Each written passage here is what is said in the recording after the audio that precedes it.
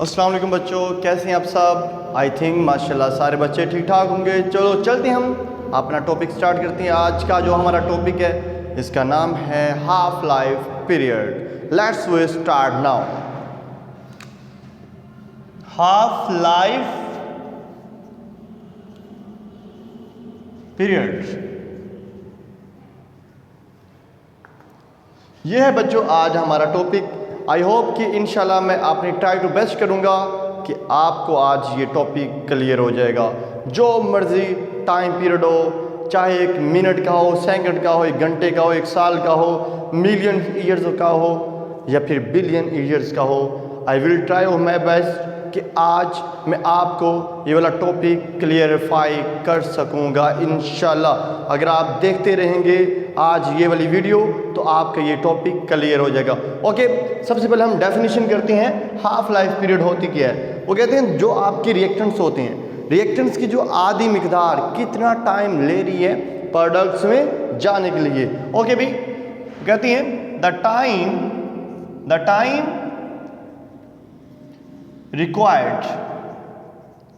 required to convert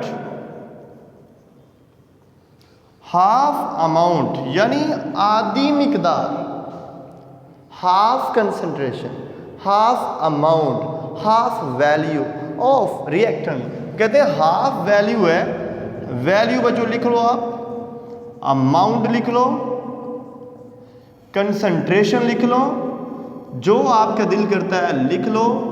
कहते हैं आपकी जो रिएक्टेंट्स की हाफ वैल्यू, अमाउंट, कंसंट्रेशन, जो इन तीनों में से आप ऐड करना चाहते हैं कर लें, no issue. Okay, of reactant, half value, half amount, half concentration of reactant. Mean बच्चों रिएक्टेंट्स वो होते हैं जो आपके रिएक्शन में चीज़ें पार्टिसिपेट कर रही हैं, उनको क्या कहती हैं, रिएक्टेंट्स कहते हैं। Half amount of reactants into products.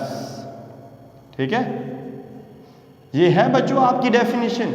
अब हम इसको मैं आपको एक एग्जांपल से समझाता हूं ताकि आपको जल्दी क्लियर हो जाए। ओके भाई, लेट मी सपोज मेरे पास है किस चीज़ के, कोई भी शय, उसके 10 ग्रेन्स हैं। कितने ग्रेन्स हैं?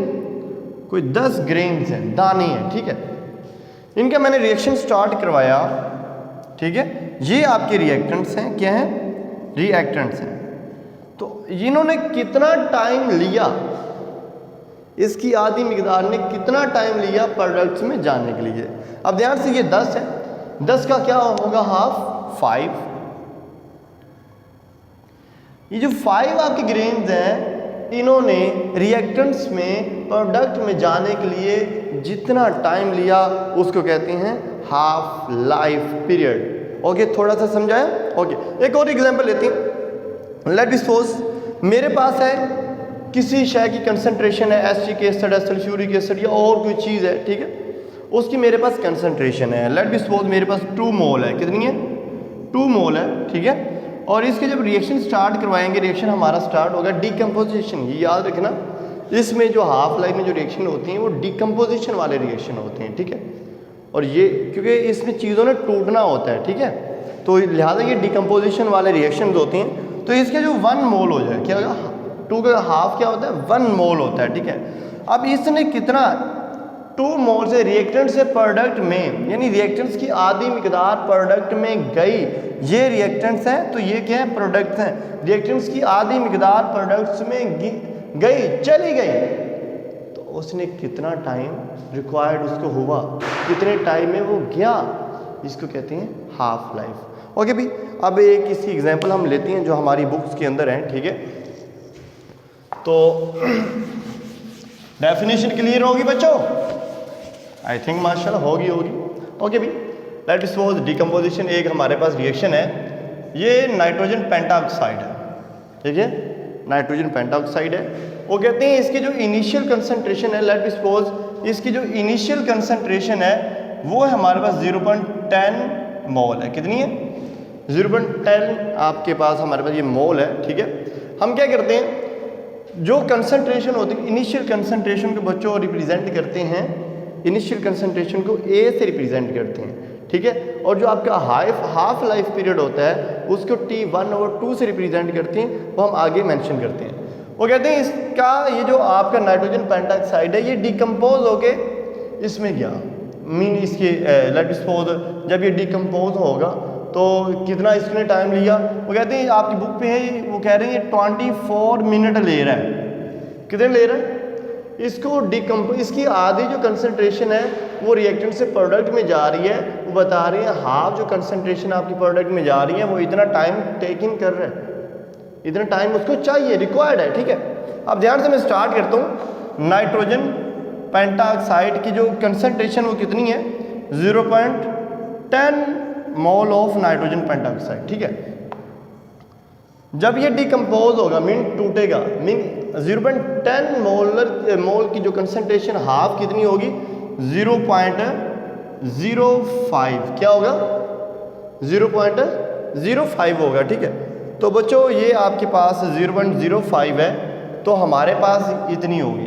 वो कह रहे हैं ये इधर से इधर गया, 0.10 का हाफ क्या होता है 0.05 होता है। ठीक है, वो कहते हैं इसने इतना टाइम लिया, क्या किया 24 मिनट इसने लिए, ये है इसका हाफ लाइफ टाइम, यानी इसकी जो आधी मिकदार है वो इसमें चलेगी प्रोडक्ट में। वो कहती हैं अब इससे आगे वो कहते हैं इसकी जो आधी मिकदार वो क्या होगी 0.025, क्या होगी। आप ध्यान से बच्चों, अब इसने 0.10 मोल जो आपकी कंसंट्रेशन नाइट्रोजन पेंटाऑक्साइड की है, इसने क्या किया, यानी इतना टाइम इसका हाफ लाइफ का टाइम इतना है, वो आधी कंसंट्रेशन इतने टाइम में आगे प्रोडक्ट में कन्वर्ट कर रहा है। और आगे इसका ये भी कितना टाइम लेगा 24 मिनट लेगा ना, तो इसकी भी आधी मिकदार रिएक्टेंट्स की आधी मिकदार प्रोडक्ट में चलेगी। ठीक है, और आगे इसका आप मज़ीद कर सकती हैं। ठीक है, तो इसकी भी जो कंसंट्रेशन है वो भी 24 मिनट के अंदर इसका आधा आगे चला जाएगा, वो 0.0125 आ जाएगा। ठीक है, तो आप इसको 12 भी लिख सकते हैं। ठीक है, मोलर कंसंट्रेशन। ठीक है, अब बच्चों ध्यान से, वो कहते हैं इसने इतने टाइम में इसकी आधी कंसंट्रेशन इधर, और आगे इसकी आधी जो कंसंट्रेशन हमें डेफिनेशन की है ना, तो हाफ लाइफ वो होता है जिसमें रिएक्टेंट्स की आधी मिकदार प्रोडक्ट में चली जाती है। अब ये आपका रिएक्टेंट, लेट सपोज इधर से इधर ये रिएक्टेंट था, ये प्रोडक्ट, अब इधर से ये रिएक्टेंट तो ये प्रोडक्ट, इसकी मिकदार आगे इधर चलेगी आधी, और इसकी आगे ये आगे। ठीक है, अब इसका ये जो टाइम पीरियड है हाफ लाइफ वो T1 है, तो ये क्या है T2 है, तो ये क्या होगा T3 हो।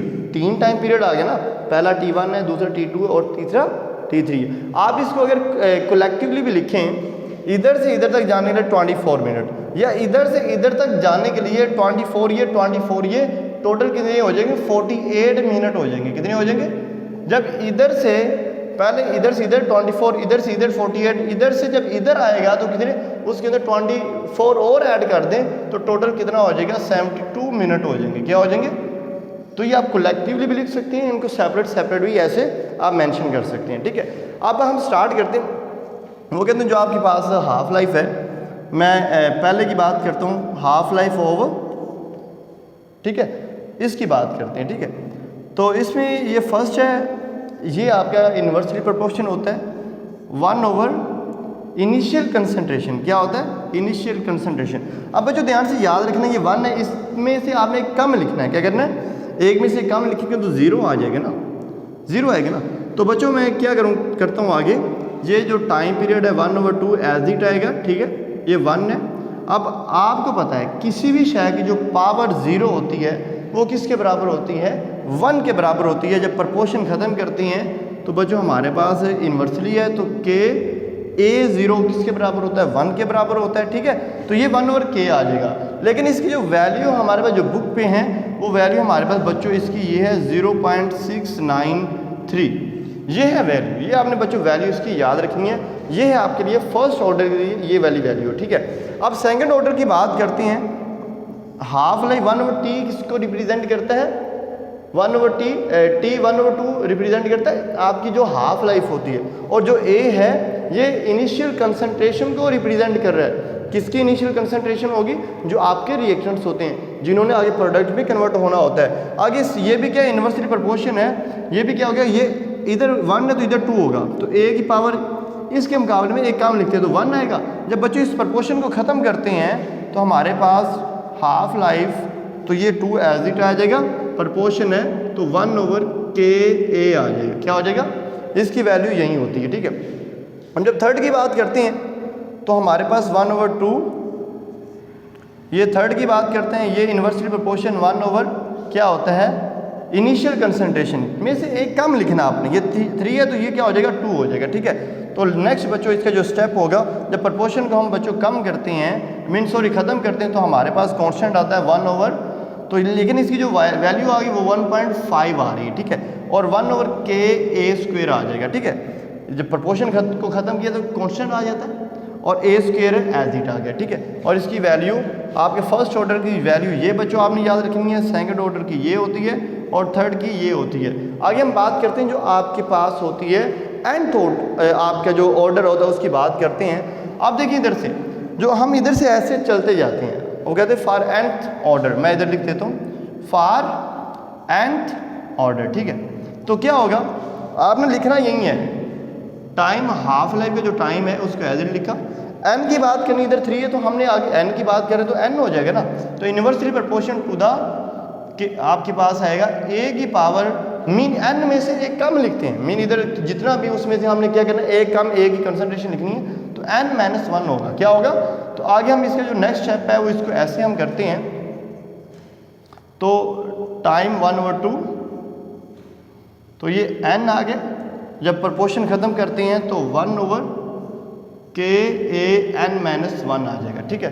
तो ये बच्चों है आपके पास nth और जो आपका ऑर्डर है उसकी इक्वेशन है। इसकी डेफिनेशन ये भी कर सकती हैं, the order of nth reaction, ठीक है।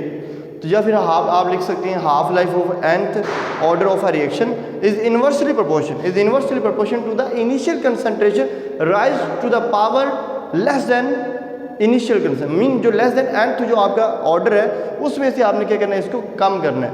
कहते हैं half life of nth order is inversely proportion to the concentration of initial concentration raise to power less than 1। ये क्या होता है, यानी n जो आपके nth ऑर्डर है उसमें से आपने एक क्या करना होता है, एक कम करना होता है। तो ये बच्चों आपके पास जो इक्वेशन है ये है आपके पास nth ऑर्डर के लिए है। ओके बच्चों, आई होप कि माशाल्लाह आपको ये छोटा सा टॉपिक समझाया होगा और मिलते हैं नई वीडियो के साथ।